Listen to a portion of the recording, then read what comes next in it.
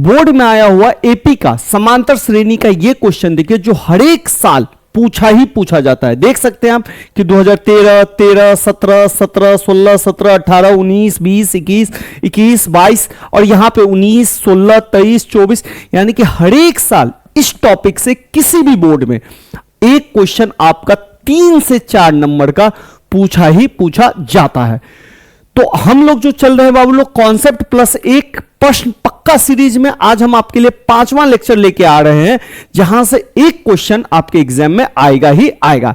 तो चलिए बाबू लोग बिना किसी देरी के शुरू करते हैं। शुरू करने से पहले बच्चा हम कॉन्सेप्ट समझते हैं। कॉन्सेप्ट क्या होता है बाबू कि एपी क्या होता है, समांतर श्रेणी क्या होता है। समांतर श्रेणी सिंपल है, जैसे मैं लिख रहा हूं एक नंबर 2, 8, 14, 20 डैश ऐसे।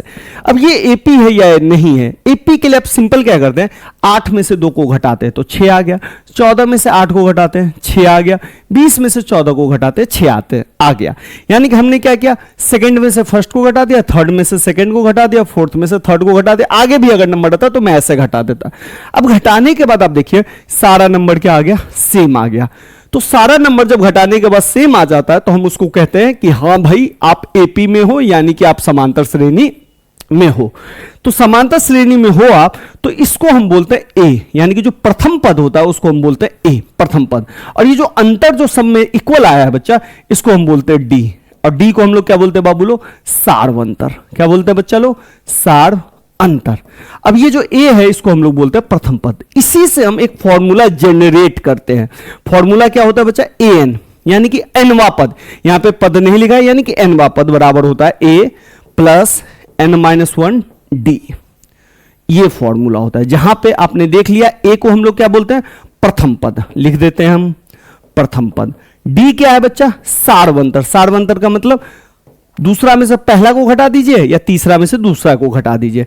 एन क्या है, नंबर ऑफ टर्म्स, कितने टर्म्स है। जैसे हमने लिखा इसमें 1, 2, 3, 4, आगे और भी होता, तो यहां तक में कितने नंबर है, 4 नंबर है। तो पदों की संख्या, पदों की संख्या। और ए एन क्या है, तो ए एन हो गया आपका अंतिम पद, अंतिम पद। चलिए अब इस कॉन्सेप्ट से और इस फॉर्मूला से हम एक क्वेश्चन सॉल्व करके आपको दिखाते हैं। क्वेश्चन है बाबू आप लोगों का ये कि एक सीरीज है का 20वां पद ज्ञात करिए। आप समझते चलिए, ये जो सीरीज होता है इसको हम पहला पद बोलते हैं। 9 क्या है आपका, प्रथम पद, तो ए बराबर हो गया आपका 9। ठीक है, फिर हम डी निकालते हैं। डी क्या होता है, 13 में से 9 को घटा देते हैं, तो डी बराबर हो गया 13 माइनस 9, यानी कि 13 में से 9 गया तो 4। 20वां पद ज्ञात कीजिए। देखो वा लगा है, वा का मतलब हुआ नंबर, यानी कि कितना नंबर हुआ, पदों की संख्या बोला है, तो पदों की संख्या 20, यानी कि n बराबर हो गया 20। क्यों n है, तो भैया पदों की संख्या 20वां नंबर का है, अब पदों की संख्या को हम n बोलते हैं। हो गया कहानी खत्म। तो भैया आप डायरेक्ट ये फॉर्मूला लगा दीजिए, ए एन बराबर ए प्लस n-1 डी। अब देखिए n n के जगह पे 20 हो गया, a 20। a ध्यान से देखिए जाए तो a है आपके पास, a का वैल्यू है 9, डाल दीजिए, प्लस n का मान कितना है 20, डाल दीजिए, माइनस माइनस 1 डाल दीजिए, d का मान कितना है 4, डाल दीजिए। 9 20 में से 1 गया तो कितना होगा 19, और ये मल्टीपल हो जाएगा 4 से, तो ये हो गया 9 और ये हो गया बाबू 19 चौके 76, 76 9 85, तो ये लीजिए आपका आंसर आ गया 85। यानी कि 20वां पद जो है कितना है 85, तो 20वां पद कितना हो गया 85। इसी तरीके से एक और क्वेश्चन पे चलते हैं। जैसे पूछ रहा है इस समांतर श्रेणी का कौन सा पद 78 है, तो भैया ये समांतर श्रेणी है, तो समांतर श्रेणी में जब भी आपके पास हो तो ये हो गया आपका पहला पद, a बराबर 3। डी निकालना है तो भाई सेकंड में से फर्स्ट घटा दीजिए, 8 माइनस 3 बराबर 5, ये डी निकाल गया। अब देखिए यहां पे पूछ रहा है कौन सा पद 78 है। ध्यान से देखिए इस क्वेश्चन में 20वां पद पूछा, यानी कि नंबर दिया हुआ है, और यहां पे पूछा भाई कौन सा पद है, यानी कि नंबर आपसे पूछ रहा है।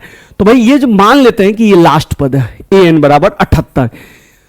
ध्यान दीजिए बच्चा क्वेश्चन समझने में, यहां पे पूछा कौन सा पद, कितने नंबर वाला पद है, और यहां पे पूछ रहा है 20वां नंबर निकालो, अंतर है दोनों में। ठीक है बच्चा, तो जब भी आपसे वा लगा दिया जाए तो समझ जाइएगा एन है, एन दिया है, और जब भी पूछे कौन सा पद तो इसको लास्ट पद मान लीजिएगा, और लास्ट पद को हम लोग क्या मानते हैं ए एन, तो ए एन हमने दे दिया 78।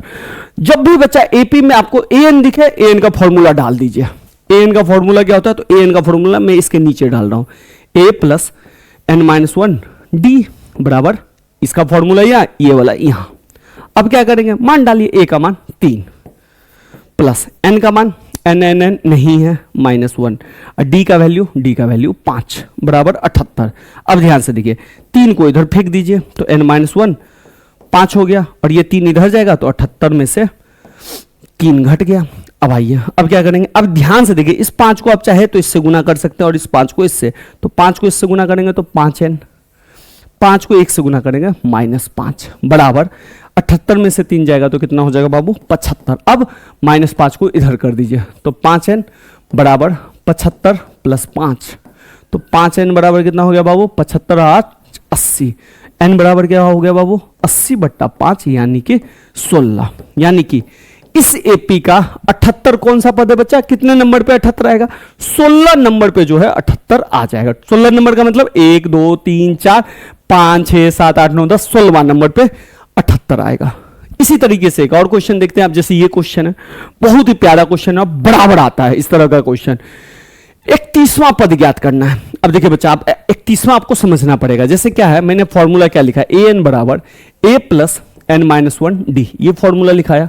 ध्यान से देखिए, अगर मैं यहां पे 31वां पद यानी कि यहां पे 31 डालता हूं तो यहां पे आ जाएगा a, n की जगह 31 -1 d, यानी कि ध्यान से देखिए a प्लस 30d आ गया। आगे आप ध्यान से देखिए, यहां पे अगर 31वां पद पूछा है तो सिंपल a तो रहेगा ही रहेगा, d जो होगा ना बच्चा, इससे एक कम आएगा। d क्या होगा, एक कम। इसका मतलब होगा, अगर मैं a 101 लिखूंगा तो इसका मतलब होगा a प्लस 100d। अगर मैं a 93 लिखूंगा तो क्या होगा, a प्लस 90d। कुछ इस तरीके से आएगा फॉर्मूला। ठीक है, फॉर्मूला आपको ध्यान रखना है। 93 a रहेगा ही रहेगा, d एक कम कर दीजिए तो 93 है, सॉरी 93 है तो 92d हो जाएगा। ठीक है, इस तरह से। तो क्या कह रहा है, एपी का 31वां पद ज्ञात करना है, यानी कि a 31 आपको निकालना है। ठीक है, जिसका 11वां पद कितना दिया, 38। 11वां पद का मतलब a 11 कितना दिया, 38। ठीक है, और क्या दिया, 16वां पद कितना दिया, 73। यही इसी के बगल में लिख देता हूं, a 16 दे दिया आपको 73। ठीक है, अब ध्यान से देखिए, a 11 को हम क्या लिख सकते हैं, a तो लिखेंगे ही लिखेंगे, प्लस 11 में से एक कम लिख देंगे यानी कि 10d बराबर 38। फिर भी अगर नहीं समझ में आए तो बाबू a n बराबर लिख दीजिएगा, a प्लस n-1d। ठीक है, n के जगह कितना है, ध्यान से देखिए 11 है, लगा दीजिए a 11 बराबर a, n के जगह हो गया 11 माइनस 1 और d। ध्यान से देखिए a प्लस 10d आ गया, यानी कि a 11 को हम क्या लिख सकते हैं, a प्लस 10d, जो मैंने यहां लिख दिया। चले बाबू, तो लिखने का तरीका आप समझ गए। यहां भी ध्यान से देखिए, a है, a लिखिए 16 में से एक कम कर दीजिए, 15d बराबर 73। ये समीकरण 1 मान लीजिए, ये समीकरण 2 मान लीजिए।